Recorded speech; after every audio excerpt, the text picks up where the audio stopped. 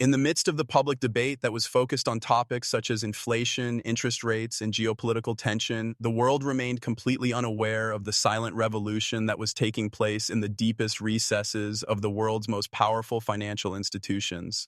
Behind doors that were locked and communications that were encrypted, something of much greater significance was occurring. Rather than focusing on the dollar, the euro, or any other conventional form of sovereign money, the International Monetary Fund and the World Bank, two institutions that have been instrumental in shaping global financial policy for decades, convened a series of emergency meetings to determine the architecture of a new global financial system. They did not convene to discuss traditional monetary tools. On the other hand, according to insiders, the primary subject of conversation was the technological framework associated with a single digital asset, XRP, which has been supported by Ripple for a number of years and has also been the subject of a quiet investigation by central banks. The International Monetary Fund, IMF, and the World Bank came to what the participants referred to as the final judgment, according to the individuals who were present for the proceedings and the individuals who subsequently got internal summaries of the proceedings.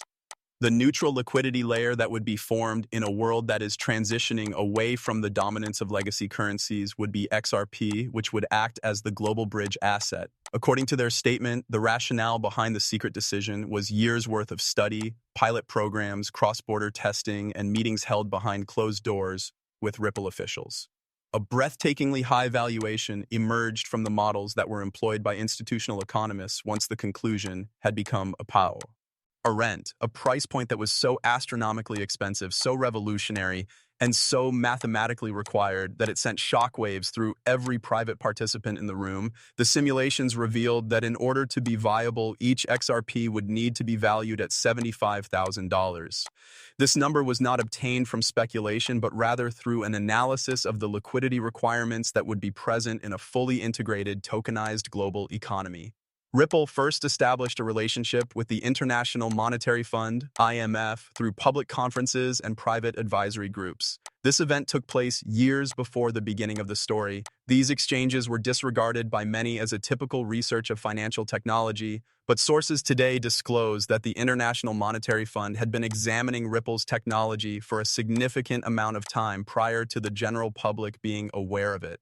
The factor that attracted their attention was not merely speed or cost, rather it was neutrality. XRP was not associated with any one country, philosophy, or geopolitical objective, which is in contrast to currencies that are issued by central banks. It was the first asset to be able to provide liquidity without the need to enforce monetary control. As the globe became increasingly multipolar and less reliant on a single currency that was dominant, global authorities were aware that it would be necessary to have a neutral settlement asset that was universally accepted.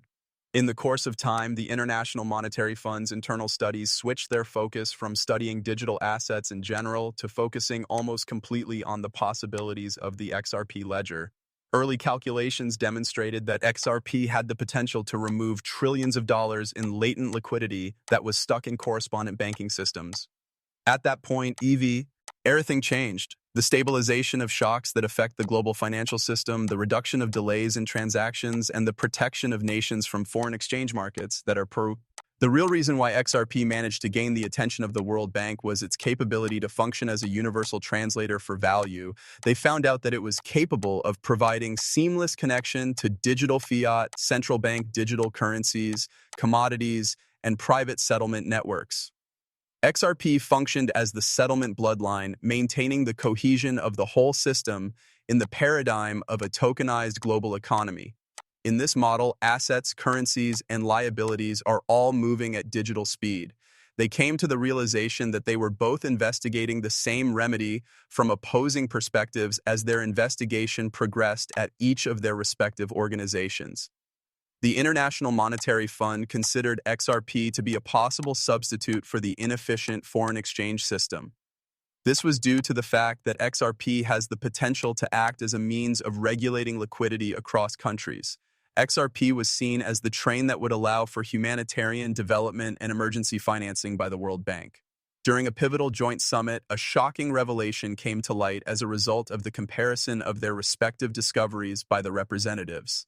XRP was the sole asset that was able to provide the liquidity requirements of an economy in the modern world. Soon afterward, the last judgments were rendered and meetings were called to discuss them. Ripple was represented by a restricted group of individuals, while the guests also included economists, central bank liaisons, and researchers of digital assets. The construction of a unified global settlement framework, liquidity modeling, economic stress tests, and cross-border scalability were the main topics of their debate. After the simulations were conducted with the use of actual financial flows from the real-world international trade, cross-border settlement, derivatives clearing, treasury operations, sovereign debt liquidity, the numerical results indicated a single orientation. The liquidity requirement for a global bridge asset was astronomical. In order to facilitate the movement of money between over 190 countries, absorb the liquidity that was once handled by trillions in nostro vostro accounts, and stabilize the settlement layer for tokenized global assets, the valuation of the settlement assets had to be exceptionally high. XRP was set at the values of $500, $1,000, $5,000, and even $10,000 for the simulations that were conducted by the analysts. The system experienced difficulties as a result of insufficient money in every situation that cost less than $50,000. The global settlement architecture was only able to achieve the depth of liquidity required for frictionless, real-time global financial transactions when it reached a valuation of more than $75,000.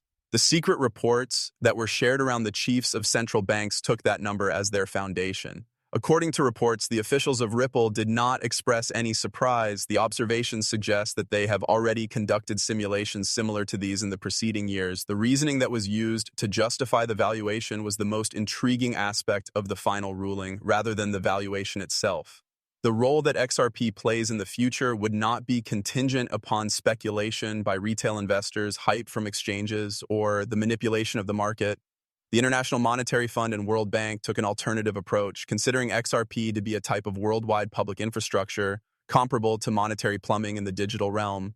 Its worth would stem from the transactional requirements of the global economy as opposed to speculative markets. As the economy becomes increasingly tokenized, the amount of settlement bandwidth that XRP must provide must increase. This includes real estate, bonds, equities, commodities, and supply chains.